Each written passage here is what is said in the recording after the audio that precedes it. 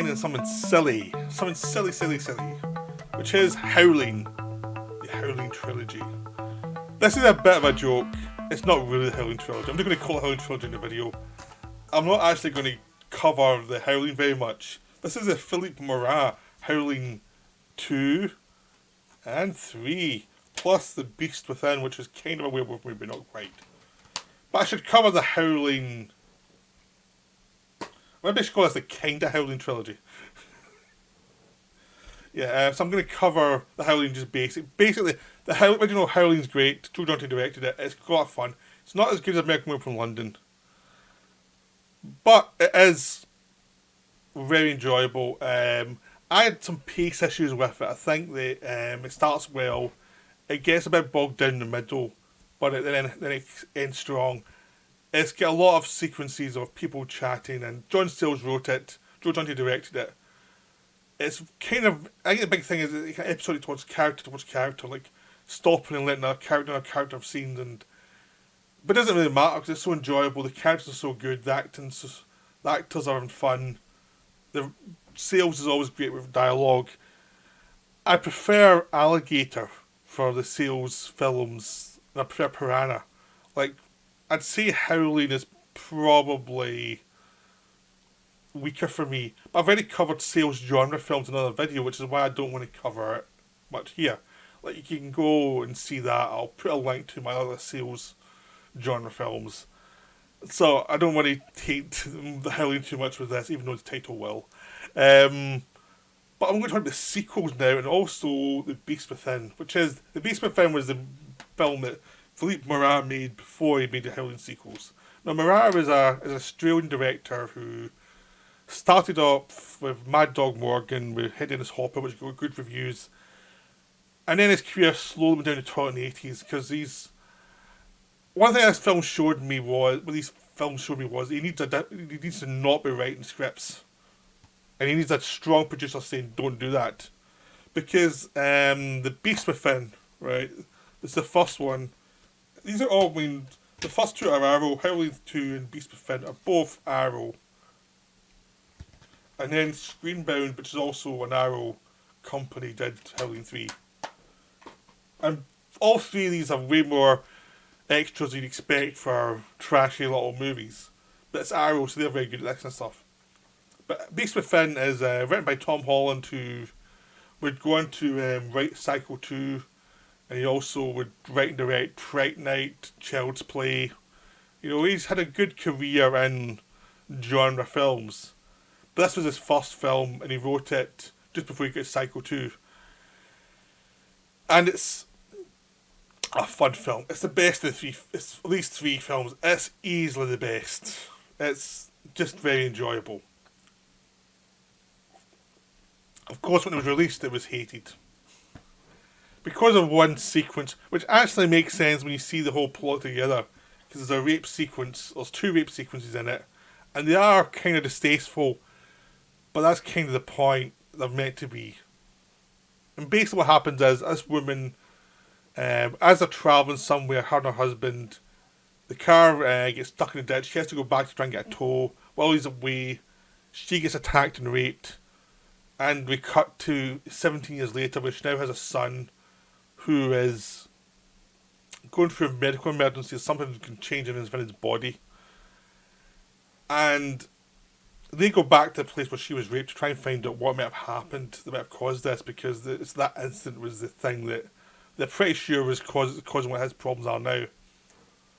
Eventually he gets a little bit better and he goes to follow up to the place as well. And as we get to the place, they start to realise there's some secrets in this area, there's something dodgy's happened, they're not going to say anything. And you get a lot of weird characters who are, like the judge who pretty much rules the town, the newspaper man who's very, egotistical and into his own rules. There's a mortician who's finally creepy. There's a family where there's a father and daughter, and the father seems very overprotective of his daughter. There's some drunks. There's a lot of character actors having a ball. You've also got R.J. Armstrong as a doctor and L.Q. Jones as the sheriff. So you have two Peckinpah actors in this werewolf movie, which is fun to see them in this sort of silly genre movie. Ronnie Cox is the lead. Bibi Besh, who was you might remember from Star Trek 2, she was Kirk's ex-flame. So we have a lot of actors who are basically in this horror movie, a silly horror movie. But even though it's a silly horror movie, they're enjoying it. They're having fun with the characters. Like Ronnie Cox gets to play the lead for a change, and he's a lot of kind of like what Robert Foster did in Alligator. He finds nice little bits of business to do within scenes, just to keep himself amused. He doesn't have the greatest part. He knows it's not the greatest written part, but he managed to amuse himself and amuse the audience continually through the film, and he's really enjoyable as a lead. You're lucky to have him in that part because the film could have fallen apart otherwise. Someone blank in that part could have been disastrous, but they get him instead. He's good fun. The son, the actor playing the son, who's never been heard from again, he's quite good as well. He's playing a guy who's going through changes like a werewolf. Sometimes he's sane, sometimes he's going a bit mad, and he's out of control, and he's getting violent, and he's starting to kill people and drink their blood.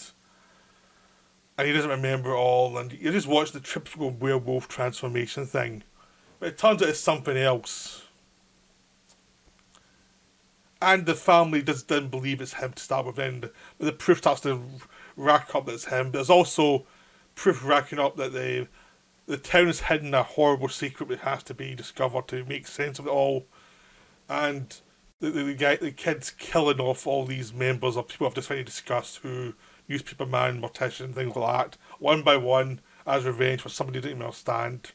And the whole plot comes together, and the explanation of why he's changing, like how he's not really Ronnie Cox's son, he's really the rapist's son. And it all leads to a fun, kind of very werewolfy conclusion, and it's really enjoyable.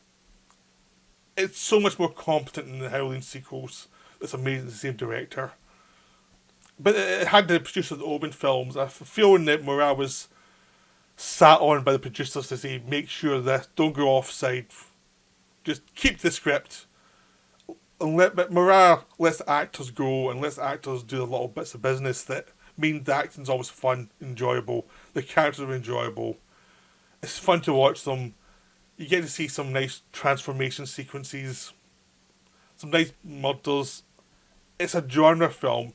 It hits a lot of the genre spots, especially in the first half. You think you're kind of too ahead of it. It's like there is like a 10-minute section where you're like, is this going to go different or not or what?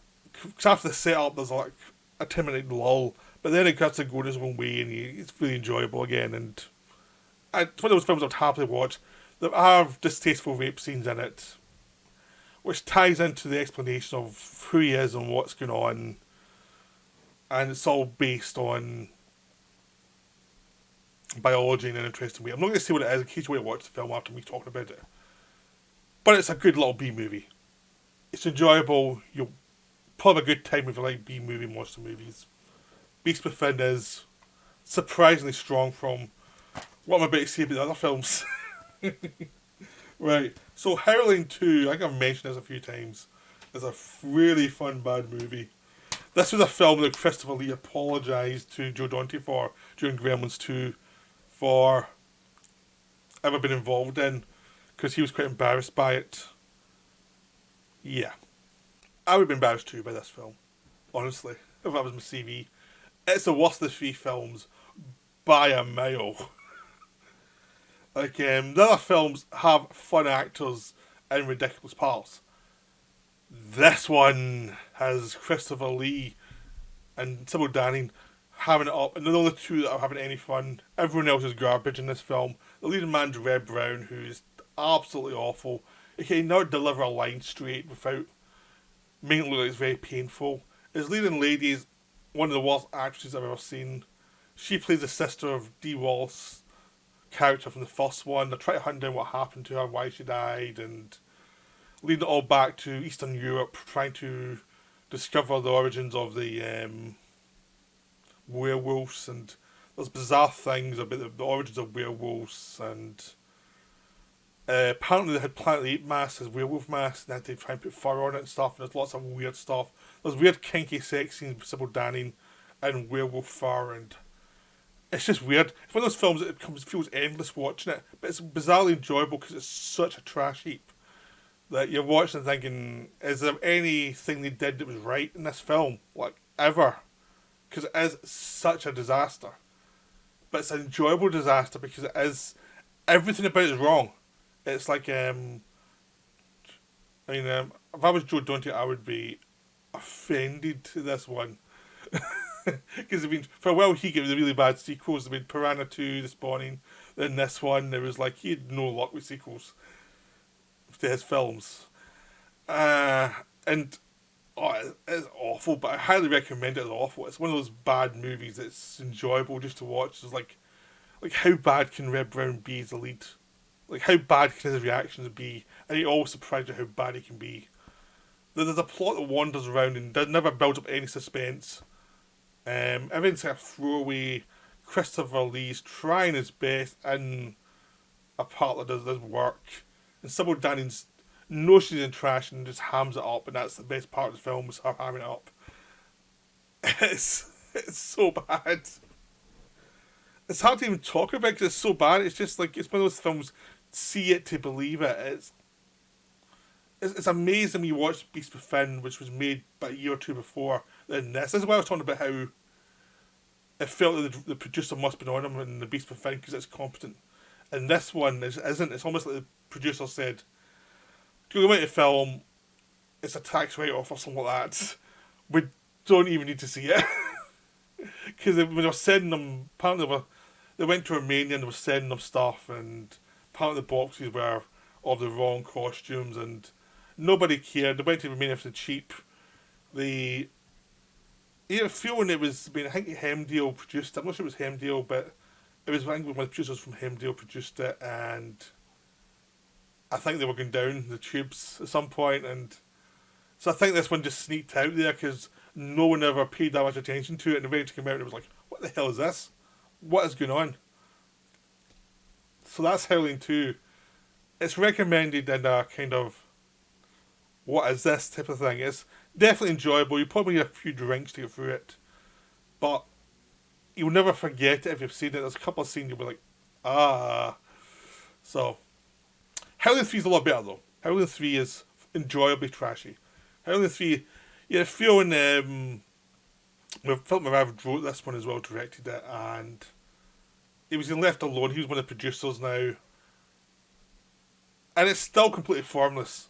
It's still a mess. It's like you needed a producer to say, will you please try and make sense of some of this? Because I have a feeling he always thought it was funner than it actually was.